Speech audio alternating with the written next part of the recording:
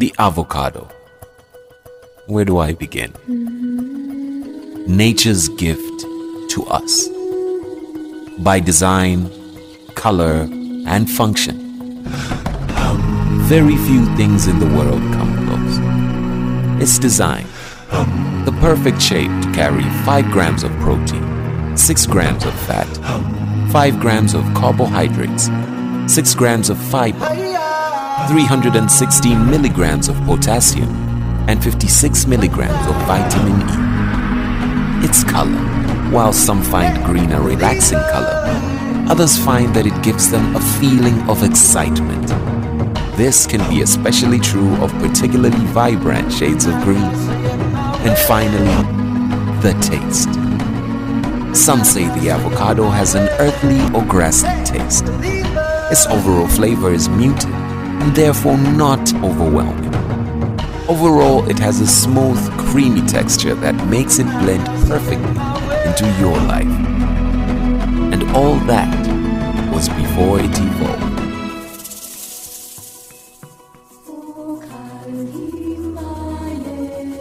The Kotapella Gelato flavor is a collaboration between Jijibonta Zambia and Avocado Media to bring a blend of flavor and the richness of nutrition. Get a small Kotapella at 40 kwacha and a large Kotapella at 120 kwacha from all Jijibonta outlets in Lusaka, Kitwe, and Ndola. All profits from Jijibonta Zambia go to the Chichatekelo Youth Project. The Kotapella Gelato flavor. Only the best. Only at Chichi.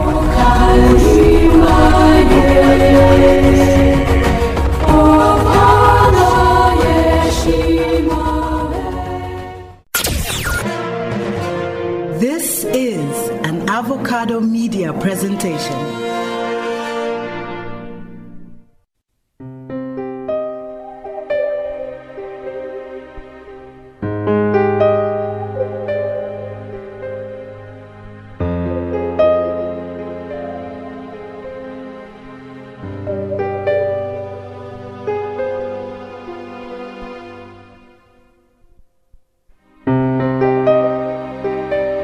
Welcome to Breaking You Down. This is a podcast where we break down our first-person psychological thriller called You. My name is Victor Muligisa. I am the voice actor and scripter for the first season on You.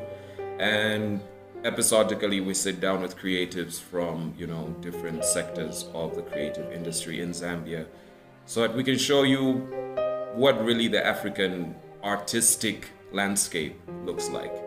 Today is no different. I have with me an artist of the visual kind and also just a very interesting mind. I've been waiting to find out how we would collaborate on some work, so this is a great way to start that. How are you doing, Nukwase? I'm good, thanks. How are you? I'm great. Why you sound very humble? I am. I hopefully humbled by the episode that you heard, because Yes. I was a little bit seated a little bit far off, and I heard you go, "Oh my God!" No, I was mind blown. I was not expecting that end. Cheers. Yeah. So that's a good Really experience. good, yeah. I like being surprised. Okay, so when it comes to you, the podcast, what we try to do is, seeing as it's based on the listener, with these little interviews I hold, I like to get into the mind of the person who listens, so you can bring it to the screen for us, right? Yeah. So first and foremost, what was your episode like? What's the first thing that came to mind? The first thing you noticed? The first thing I noticed was how almost like picture perfect the neighbor's life was.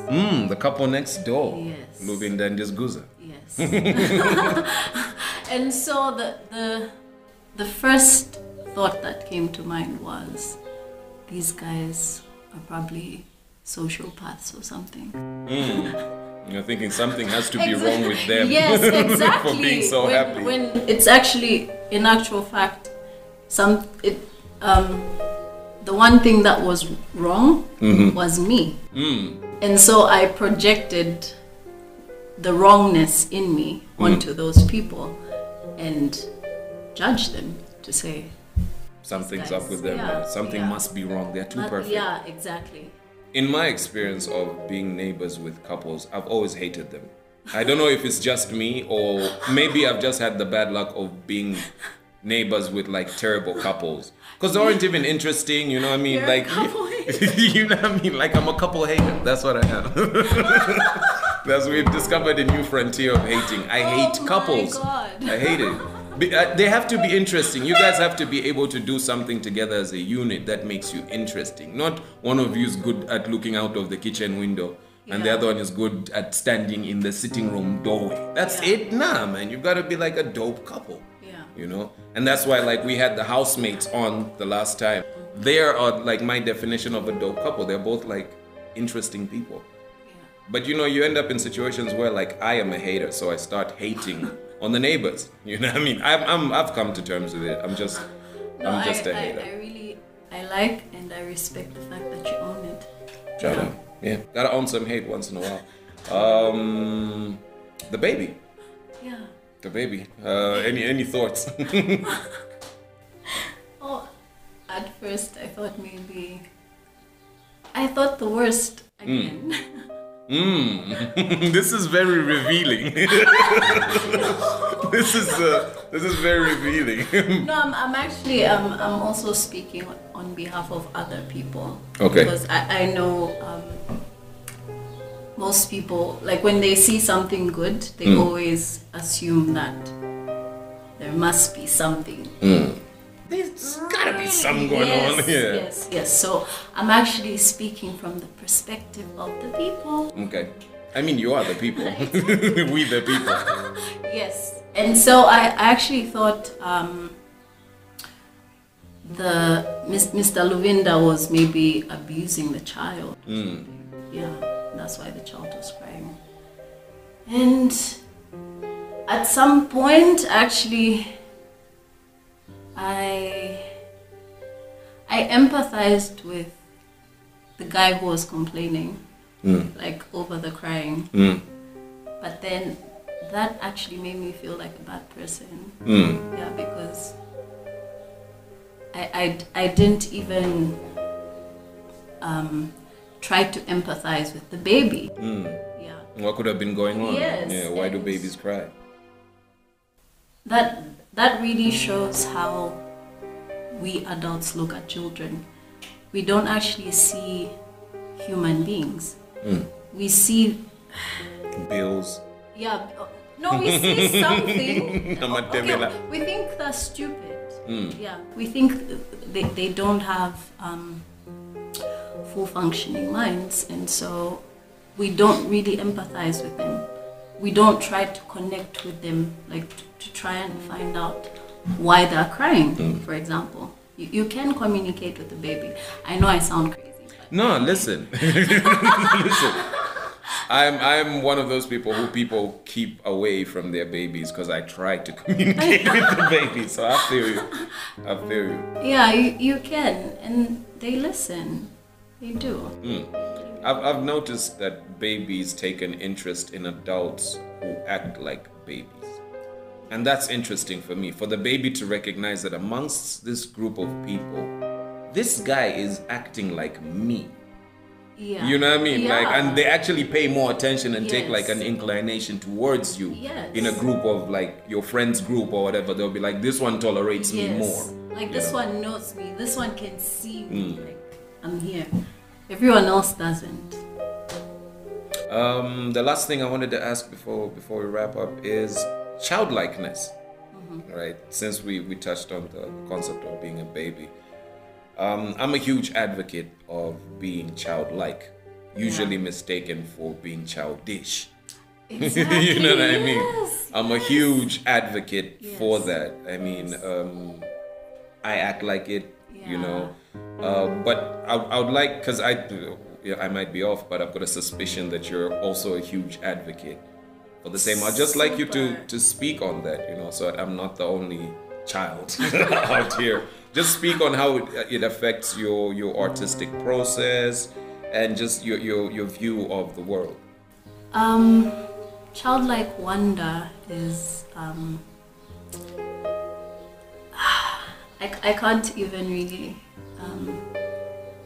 put it in words because it's I guess that's why babies go goo goo gaga. It's childlike wonder. You like can it's infinite, you know, like there's endless possibilities.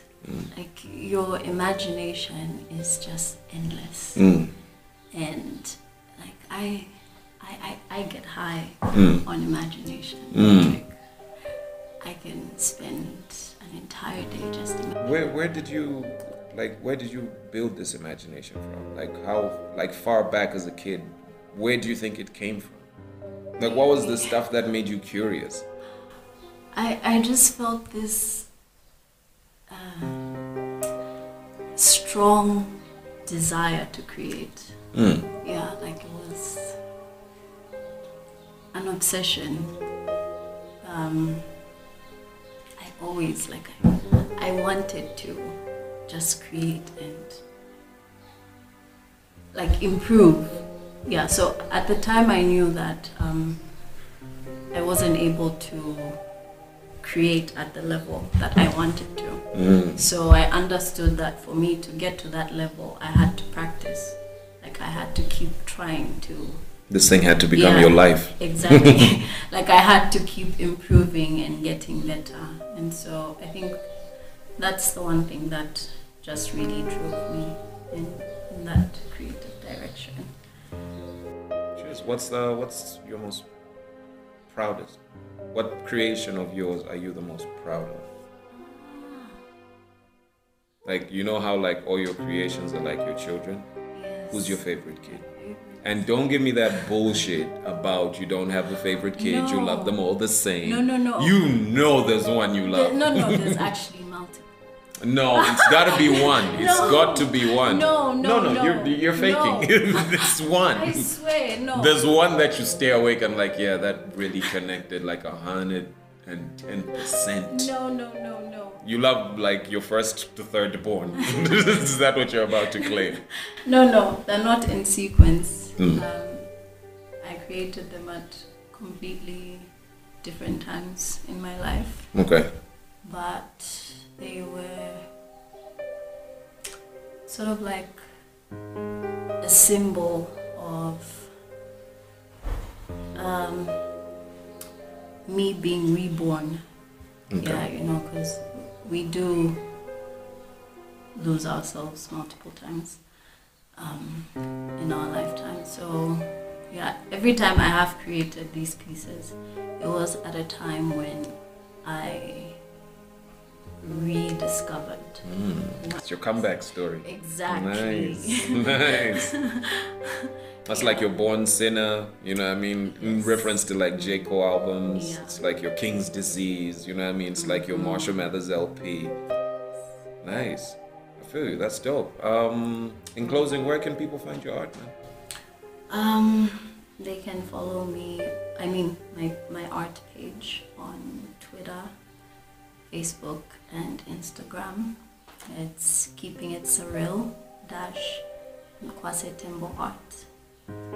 And some can make purchases on omomaart.com. Okay. Yeah. Shout out, man. Thanks for coming through. Thank you. Thank you for being you. Thanks. Have a great day.